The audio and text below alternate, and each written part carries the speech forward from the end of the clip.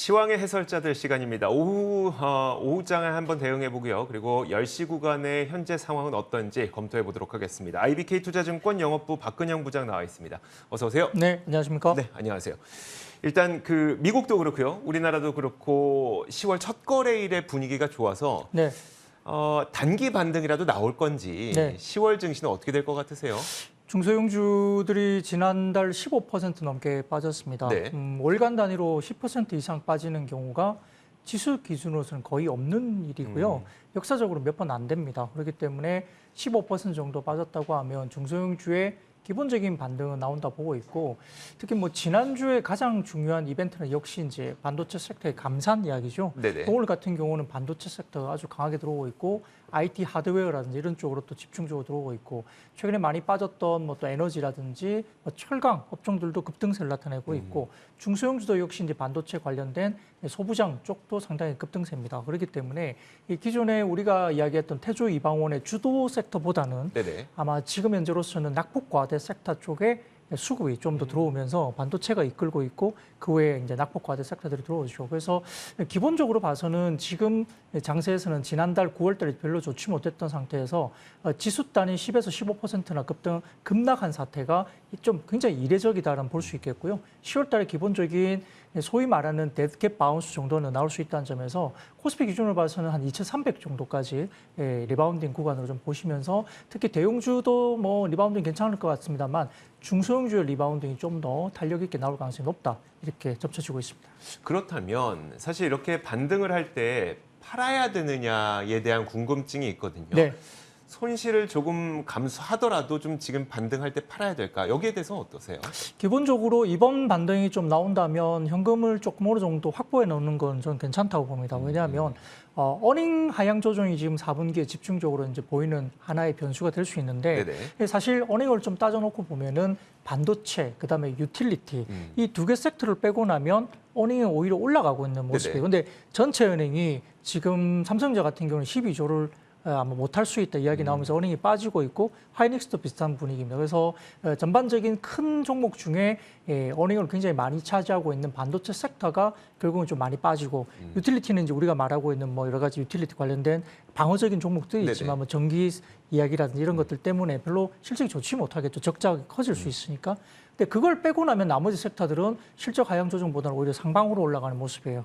그러니까 약간 어닝에 대한 바닥은 반도체를 빼고 나면 사실은 나쁘지 않은 어닝이죠. 그런데 이제 지수단에 대해서는 하반기 S&P 500이나 미국 쪽에 약간의 어떤 어닝 하향 조정이 아직도 조정이 닿고 있고, 수급 쪽으로도 다소 조금은 아직은 불안한 요소가 아직 남아 있습니다. 물론 신용 잔고가 지난주에 워낙 많이 털리면서 전반적인 부분에서는 월간 단위로 좀 바닥권까지 내려왔다는 점은 다소 이제 변동성이 좀 지난주보다 이렇게 크게 확대될 국면은 좀 아닌 것 같고, 아마 이번 주 주중에 아마 빠르면은 증시 안정 펀드가 또 이제 이렇게 설정된다는 점에서는 어떤 변동성을 약간 좀 줄여주는 모습을 보여주고 있다. 그리고 아까 말씀드렸던 반도체의 지금 재고 조정과 관련된 부분이 이슈화 됐기 때문에 반도체 섹터가 어느 정도 방어해주고 낙폭 과대 섹터가 이제 반등을 주면은 전반적인 흐름에서는 리바운딩이 나올 수 있는 구간이다. 다만 4분기 내년 1분기까지 약간 경기에 대한 이슈가 분명히 있습니다. 미국은 말은 할 수 없지만 이미 경기에 대한 침체가 어느 정도 받아들여지는 부분인데, 과연 그 침체가 깊고 길게 갈 것이냐, 얕고 짧게 갈 것이냐, 거기에 달려 있잖아요. 근데 아직까지 고용 지표라든지 PMI 제조업 지표를 보면은 전반적으로 아직은 마이너스권은 아니거든요. 50 이하로 내려가지도 않고요. 고용 시장이 워낙 좋습니다. 그러니까 금리에 대한 인상 경로가 상당히 아직은 괜찮고, 크레딧 스위스라든지 그다음에 영국의 여러 가지 재무 건정성 문제가 약간 불가되고 있기 때문에 아직까지는 크레딧 스위스가 과거의 금융위기까지는 가지 않는다고 하지만 변곡점이 분명히 될 수 있는 변화 요인이 될 수 있어요. 금융시장의 리스크가 또 커질 수 있는 부분이 있기 때문에, 그러면 이번 바운딩이 만약에 나온다면 조금 현금 비중을 늘리면서 4분기, 1분기에 여러 가지 어떤 변동성이 나올 수 있는 어떤 실적단에 대해서 어떤 시장의 변화 이 부분을 조금 대응을 하시기 위한 이런 부분을 좀 대응을 하시면 좋겠고요. 너무 많은 레버리지를 지금 써서 공격적으로 매매하거나 이런 부분들은 조금 지양을 하시면서 현금 비중을 조금 늘려놓는 부분도 나쁘지 않은 전략 같습니다. 알겠습니다. 참 워낙 시장 반등한다고 해서 지금 녹록한 환경이 아니기 때문에 이럴 때일수록 조금이라도 이제 반등을 했을 때 약간은 좀 현금을 마련해 주는 전략을 말씀하시는 분이 꽤 많습니다. 자, 그렇다면 이제 다음으로 넘어가서 이제 우리가 10월에 과연 어디에서 좀 기회를 찾아야 되느냐. 네. 사실 전 잘 모르겠거든요. 어디서 좀 찾고 계세요, 일단? 사실은 지금 이번 반등은 주도 섹터의 반등이라기보다는 낙폭과대 섹터의 네네. 반등이 가능성이 높고요. 그게 이제 필두에 두고 있는 것들이 결국 삼성전자나 하이닉스 같은 최근에 많이 빠진 낙폭과대 섹터예요. 네네. 실적으로 봤을 때 삼성전자 하이닉스가 4분기, 3분기 좋을 것이냐? 안 좋습니다. 실적은 기대보다 많이 빠질 거예요. 근데 이 반도체가 그래서 좀 매매하기 쉽지 않은 게 실적 좋다고 어닝 서프라이즈 내면은 그날 주가가 오르나요? 그건 아니었죠. 네, 오히려 어닝 쇼크가 나오면 맞아요. 그날 주가가 올라가잖아요. 네. 이게 뭐냐면 바닥론에 대한 인식인데 과거에 전년비 캐펙스가 상당히 많이 준다. 결국은 이제 지금 마이크론 테크놀로지 같은 경우도 4분기부터 5% 정도의 감산 들어가고 일본의 키역슈아 같은 경우는 10월부터 바로 30% 감산이 들어갑니다. 보통 재고 소진이 상당히 좀 돼야 되는 부분에서 재고가 많은데 보통 보면은 삼성전자 하이닉스 같은 경우는 한 10주 이상 정도 재고가 좀 있어서 약간 우려스러운 재고 수준까지 와 있어요. 네. 근데 지금 일본의 키옥시아 같은 경우는 재고 수준이 이미 몇 달치 재고가 남아 있다고 해요. 그럼 낸드의 3위 업체인데 네. 낸드 같은 경우는 그렇게 많이 재고가 남아 있으니까 키옥시아는 되게 급합니다. 마이크론은 현금이 그래도 여유가 있어서 조금 감산을 해도 괜찮은데 키옥시아는 그렇지도 못해요. 네. 적자도 있고 그렇기 때문에 만만하지 않은 상태에서 재고 조정이 들어가고 감산에 들어갈 수밖에 없는 구간이니까 아마 이번에 10월에 아마 그 3분기 실적이나 이런 부분들이 나오면서 컨퍼런스 콜에서 삼성전자나 하이닉스가 감산에 대한 이슈를 만약에 언급을 하게 된다면 네. 반도체 섹터는 생각보다 바닥에서 턴을 하면서 일정 부분 재고 사이클이 바닥이 왔다면 주가는 오히려 선행해서 아마 그렇죠. 리바운딩이 어느 정도 나올 가능성이 있다 보는 거고요.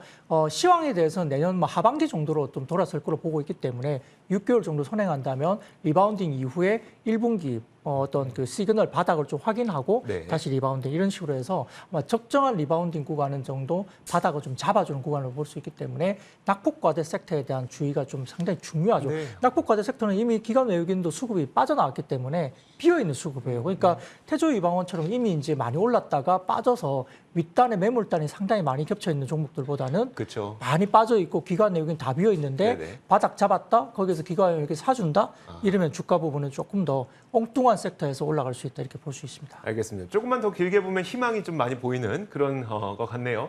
자, 그러면 이제 많이 빠졌던 그 종목들 가운데 아이폰 부품주는 좀 어떻게 보세요? 네, 최근에 아이폰 관련주가 급락을 했습니다. 사실 뭐 밸류 체인 중에 LG에너텍이나 BH, LG에너텍도 지난주까지 20% 넘게 급락을 했어요. 네. 뭐 어닝이 나쁘지 않을 것 같은데 그렇습니다만 전반적으로 아이폰 14 판매량이 출시 첫 3일 동안 98만 7천 대로 집계가 되면서 아이폰 13 대비 10.3%덜 팔렸다 이렇게 네. 이야기 나왔습니다.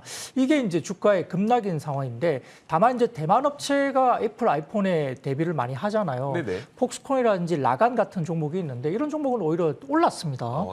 판매량이요? 아니요. 주가가. 주가가요. 네, 네. 폭스콘이나 라간도 사실은 애플 부품주거든요. 네네. 근데 대만 업체 같은 경우는 주가가 오르고 우리가 LG에너텍이나 BH 주가 급락하고 네네. 그러니까 좀 거꾸로 가는 건데요. 이게 사실은 한국 업체들의 주가가 다소 조금 과하게 반응했다.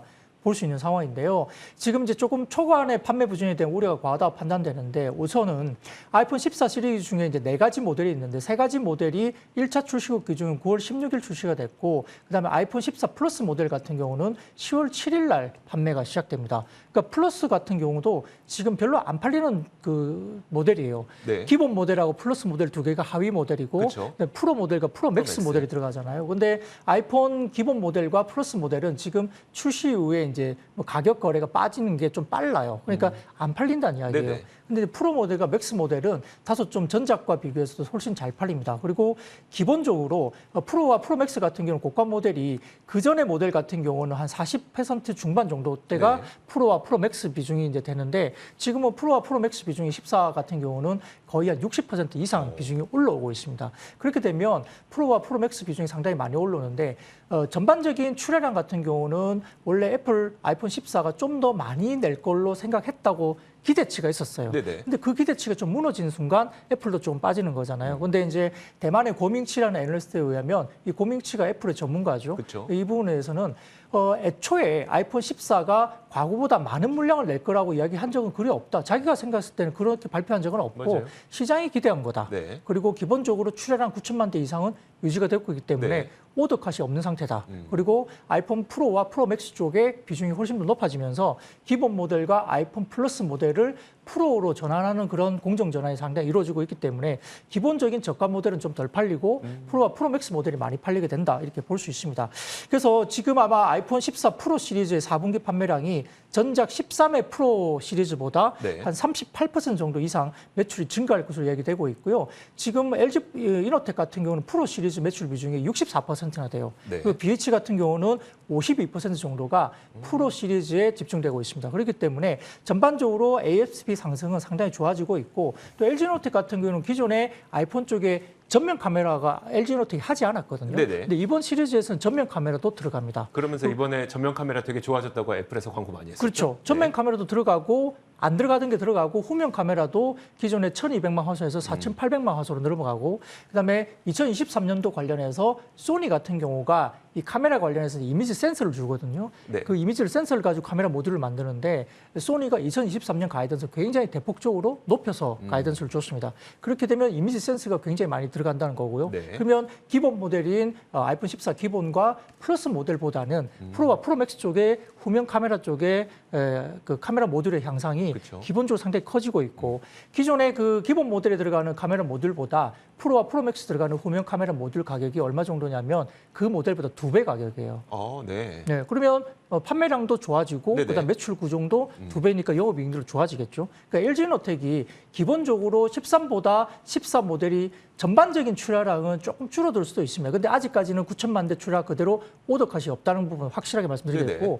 두 번째로는 전반적인 전체적인 볼륨에서 프로맥스, 그러니까 프로와 프로맥스 쪽으로 많이 이전되고 있다. 60% 이상으로 팔리고 있고 기본 모델은 안 팔린다. 그러면 네네. 전체적으로 우리가 아까 말씀드렸던 LG노텍과 BH 같은 종목들이 여기에 비중이 높다고 한다면 매출이 꺾일까요? 이익이 꺾일까요? 꺾이지 않습니다. 차별적으로 갈 가능성이 높다고 볼 수 있겠고요. 여기다가 LG노텍 같은 경우는 카메라 모듈단이 애플에만 매달리고 있는 게 아니죠. 거기다가 전장에 관련된 전장 카메라가 들어가는데 보통 스마트폰에 들어가는 전장용 카메라가 보통 한 4-5개 정도. 네네. 근데 자율주행으로 들어가는 카메라가 15개까지 늘어납니다. 그러면 중장기적인 그림에서 자동차 전장용 관련해서 굉장히 좋아지는 그림도 나타나고 있고 당연히 가격도 비싸겠죠. 전장 카메라가. 두 번째로는 애플이 또 1분기에 XR VR 기기를 내놓게 됩니다. 네. 여기에 카메라 모듈이 들어가는데 시기적으로 이게 내년 1분기 정도를 바라보고 있는 게 애플이 이제 삼성 디스플레이나 국내 디스플레이 업계에게 올레도스 디스플레이를 해달라고 이미 4분기에 들어왔어요. 네네. 올레도스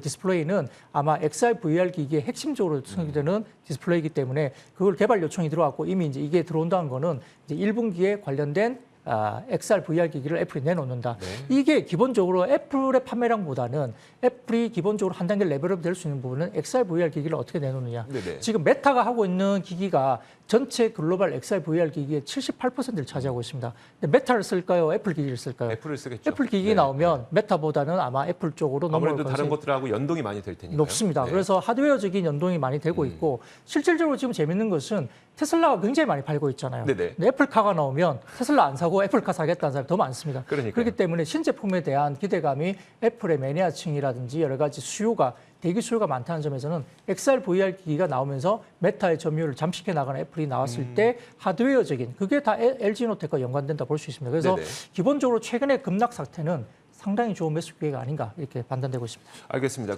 지금 아이폰 14 관련주들을 총 4가지를 일단 표로 보여주셨었거든요.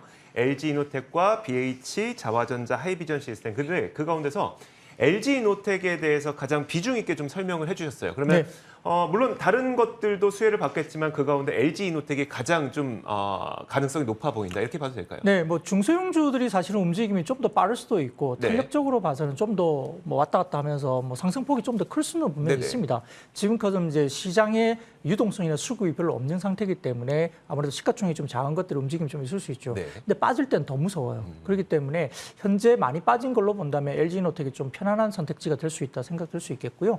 말씀드렸던 아이폰 14 증상 계획 철회 소식 이거는 사실은 근거가 없었던 겁니다. 고명치도 증상 계획을 애플이 내놓은 적이 없다. 네. 시장에서 자꾸 이제 증산한다, 그러니까요. 증산한다 기대를 갖고 있고 리포팅이 나왔는데 그건 아니다는 거고요. LG노텍 등 부품업체들의 확인 결과 아까 말씀드렸던 오더 컷이 전혀 없는 걸로 확인되고 있고 기본적인 9천만 대의 생산 체제는 유지 중에 있다. 그리고 아까 말씀드렸던 기본 모델 2개에서 프로 모델로 넘어오는 어떤 공정 전환이 굉장히 빠르게 넘어오고 네네. 있기 때문에 여기에 대한 우호적인 프로 시리즈 생산에 대한 생산 라인의 증가가 결국은 LG노텍이나 이쪽에 우호적으로 할 것이다 그런 거고요. 지금 13 시리즈 관련해서 뭐 3분기도 실적이 굉장히 좋을 거로 보이지만 제품 믹스 개선이 되면서 그리고 우호적인 환율 때문에 4분기 실적도 3분기도 당연히 서프라이즈가 나올 가능성은 없지만 4분기는 사상 최대 실적 가능성도 굉장히 열려 있습니다. 그렇기 때문에 아마 말씀드렸던 내년에는 신형 아이폰 폴리디즘 카메라 재택 이게 폴리디즘은 잔망경 카메라 그래가지고 네. 이게 새로운 거예요. 삼성 전기도 하고 있지만 네. 이게 이제 뒤쪽에 뭐냐면 카톡티라 그래가지고 네네. 애플폰에 후면 카메라가 많이 튀어나오잖아요. 네네. 화소수가 넘어가면 그게 이제 많이 적층되기 때문에 높게 쌓이거든요. 네. 그래서 카메라가 튀어나올 수밖에 없어요. 근데 잔망경 카메라고 해서 이제 이렇게 꺾이는 우리가 이제 옛날에 잔망경 보면 네네. 꺾여 있는 거잖아요. 네. 그런 카메라로 폴리디즘이 들어가면 카톡티가 없어져요. 어. 없어지기보다는 뭐 굉장히 많이 개선될 겁니다. 그러면서 카메라 화소수는 높아지고 기능이 올라가는 기능인데 국내 삼성전기가 하고 있습니다만 네네. 이 부분을 LG노텍도 하고 있고 애플 쪽에 폴리디즘 카메라가 들어갈 거예요. 후면에. 그러니까 아마 기본적인 하드웨어적인 스펙의 본격적인 변화는 내년 시리즈가 될 가능성이 높다. 아이폰 15가 아마 아이폰의 새로운 어떤 하드웨어적인 변화가 혁신이 아마 기본적으로 상당히 임팩트가 클 걸로 보이는데 그게 폴리즘 카메라가 들어가는 거고요. 아까 말씀드렸던 AF 장착 전면 카메라 공급이 새롭게 들어갔다는 점. 그리고 애플의 첫 XR 기기 출시 효과가 1분기부터 나타날 텐데 이 XR 기기의 카메라 모듈도 LG노텍이 한다. 네네. 이런 부분에서는 1분기의 광학 솔루션 실적 모멘텀이 굉장히 강하게 들어온다는 점에서는 3, 4 내년 1분기까지 굉장히 좋은 그림입니다. 그래서 전반적인 애플의 프리미엄 시장 지배력 강화라든지 인도 등 신흥 시장 공격이라든지 그다음에 아까 말씀드렸던 내년 1분기까지 이어지는 어닝 모멘텀과 신규 XR 기기의 모멘텀과 이어진다면 최근에 급락은 LG노텍이 상당히 좋은 기회다. 이 시장에서는 굉장히 높은 목표 주가도 많이 제시되고 있습니다. 네네. 50만 원 넘는 목표 주가도 여전히 커버리지가 되고 있기 때문에 최근의 주가는 좀 과도하다 볼 수 있겠습니다. 네, 알겠습니다. 그렇다면 지금 말씀해 주셨던 걸 정리해 보면 일단 아이폰 14 문제 없다. 그리고 두 번째가 내년 1분기쯤에 XR, VR 기기가 나올 가능성이 있다. 그리고 내년 후반에는 이제 15가 나올 텐데 여기에서 기술적인 혁신이 있을 것 같다. 네. 그러니까 재료가 이렇게 연달아 쌓여 있으니까 네. 좋은 거다라는 네. 말씀이시거든요. LG노텍을 그러면 어느 정도 가격대까지 바라보고 계실까요? 아까 말씀드렸던 최근의 급락 사태 이후에도 일부 이제 모멘텀을 가지고 펀더멘탈리 접근한 쪽은 지금 50만 원 넘는 목표가도 제시를 하고 있기 때문에 네.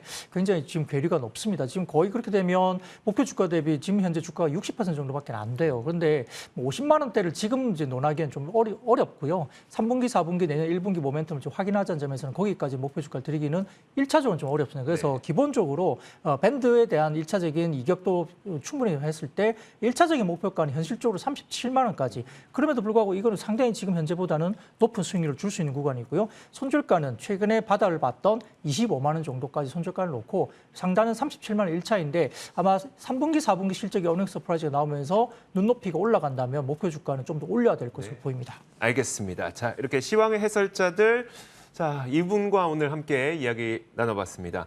자, 오늘은 저희가 뭐 시황뿐만 아니라 아이폰 관련주들 그 가운데서 LG노텍이 왜 좋은 그 전망을 갖고 있는지를 살펴봤고요. 지금까지 IBK투자증권 영업부 박근영 부장과 함께 이야기 나눠봤습니다. 고맙습니다. 감사합니다.